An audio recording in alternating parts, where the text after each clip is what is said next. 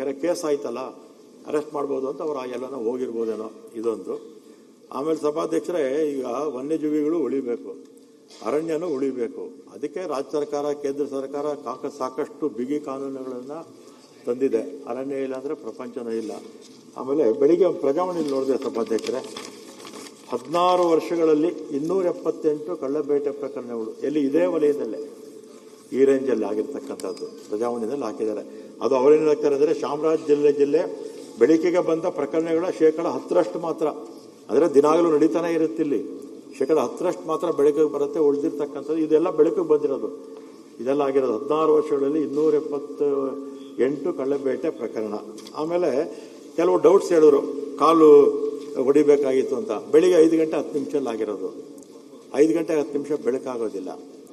ಆಮೇಲೆ ಕಾಡು, ದಟ್ಟವಾದ ಕಾಡೋದು, ಕಾಡಲ್ಲಿ ಇನ್ನೂ ಕತ್ಲಿರುತ್ತೆ, ಗೊತ್ತಾಗೋದಿಲ್ಲ. ಅಲ್ಲ ಸರ್, ಆಗ ಅವರಿಗೆ ಜ್ಞಾನ ಬೇಕಲ್ಲ. ನಾವು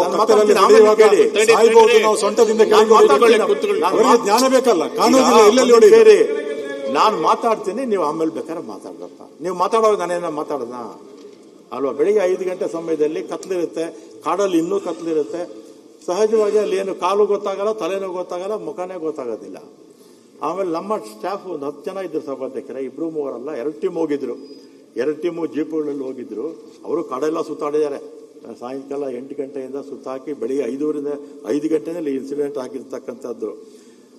ಮತ್ತೆ 3 ರೌಂಡ್ಸು ಶೂಟ್ ಮಾಡಿದ್ದಾರೆ. ಅದ್ಯಾವುದೋ ಸ್ಲೈಡ್ ಆಕ್ಷನ್ ಗನ್ ಅಂತ, ಇದು ಈ ಪೆಲೆಟ್ಸ್ ಇರುತ್ತೆ, ಅದು ನೇರವಾಗಿ ಒಂದೇ ಇದು ಆಗೋದಿಲ್ಲ.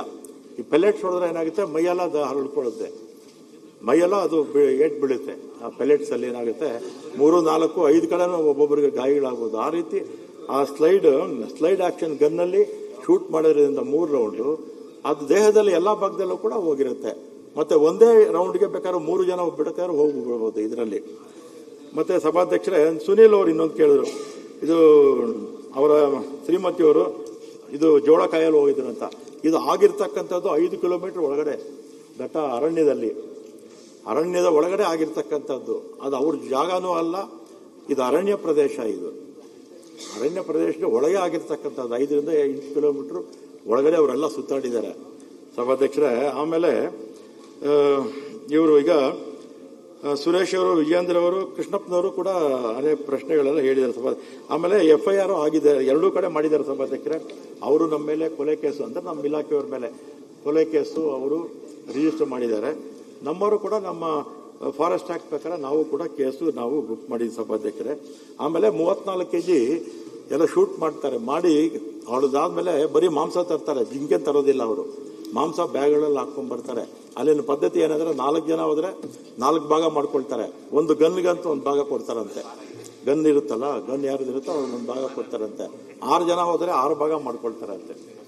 6 ಭಾಗ ಮಾಡ್ಕೊಂಡು ಜಿಂಕೆ ಇದೆಲ್ಲ ಹೊಡೆದಾಗ ಒಂದು ಗನ್ಗಂತ ಒಂದು 7 ಭಾಗ ಮಾಡ್ಕೊಳ್ತಾರೆ. ಈ ರೀತಿ. ಆಮೇಲೆ 34 kg ಇತ್ತು. ಚರ್ಮ ಸುಲ್ದೇನು ಬಿಸಾಕಿರ್ತಾರೆ ಅಲ್ಲೋ.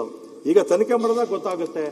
ನಮ್ಮ ಅರಣ್ಯ ಇಲಾಖೆಗಳು ಮತ್ತೆ ಈಗ ಪೊಲೀಸ್ ಇಲಾಖೆಯವರು ಈಗ ನಾವು ತನಿಖೆ ಕೊಟ್ಟಿದ್ದೀವಿ ಮ್ಯಾಜಿಸ್ಟ್ರೇಟ್ಗೆ. ನಾನು ಅವತ್ತು ಕೋಲಾರಲ್ಲಿದ್ದೆ, ಇದ್ದಂಥ ಸಂದರ್ಭದಲ್ಲಿ ನಾವು ಚೀಫ್ ಮಿನಿಸ್ಟರ್ ಮ್ಯಾಜಿಸ್ಟ್ರೇಟ್ ತನಿಖೆ ಮಾಡಿ ಅಂತ ಆದೇಶ ಕೊಟ್ಟಿದ್ರು. ತನಿಖೆ ಆಗ್ತಾ ಇದೆ ಸಭಾಧ್ಯಕ್ಷರೇ. ನಾನು ಮೊನ್ನೆ ಬಹಳ ಸ್ಪಷ್ಟವಾಗಿ ಎಲ್ಲ ಮಾಧ್ಯಮದ ಮುಂದೆ ಹೇಳಿದ್ದೀನಿ, ಉದ್ದೇಶಪೂರ್ವಕವಾಗಿ ನಮ್ಮ ಅಧಿಕಾರಿಗಳು ಏನಾದರೂ ಮಾಡಿದರೆ ಅವ್ರ ಮೇಲೆ ಆಕ್ಷನ್ ತಗೊಳ್ತೀನಿ ಅಂತ ನಾನು ಹೇಳಿದ್ದೀನಿ ಸಭಾಧ್ಯಕ್ಷರೇ. ತನಿಖೆ ಆಗಲಿ, ಅವ್ರು ತಪ್ಪು ಮಾಡಿದರೆ ನಾನು ಆಕ್ಷನ್ ತಗೊಳ್ತೀನಿ ಅಂತ ಹೇಳಿದ್ದೀನಿ. ಸದನಕ್ಕೂ ಅದನ್ನೇ ಹೇಳ್ತೀನಿ ಸಭಾಧ್ಯಕ್ಷರೇ.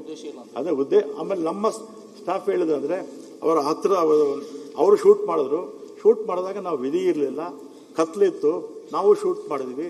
ಅವರು ತಿರೋಗಿದ್ದಾರೆ. ನಮ್ಮ ಸೆಲ್ಫ್ ಇದಕ್ಕೆ ನಾವು ಮಾಡಿದ್ದೀವಿ ಅಂತ ಇವ್ರ ಸ್ಟೇಟ್ಮೆಂಟು. ಇವ್ರದ್ದು ಹೇಳ್ತಿರ್ತಕ್ಕಂಥದ್ದು, ಅವ್ರ ಪರವಾಗಿರ್ತಕ್ಕಂಥವ್ರು ಹೇಳ್ತಾ ಇರ್ತಕ್ಕಂಥದ್ದು ಸತ್ಯ ತನಿಖೆ ಆದ್ಮೇಲೆ ಗೊತ್ತಾಗುತ್ತೆ. ನಮ್ಮವ್ರೇನಾದರೂ ತಪ್ಪು ಮಾಡಿದ್ರೆ ನಾನು ಖಂಡಿತ ಅವ್ರ ಮೇಲೆ ಆಕ್ಷನ್ ತಗೊಳ್ತೀನಿ.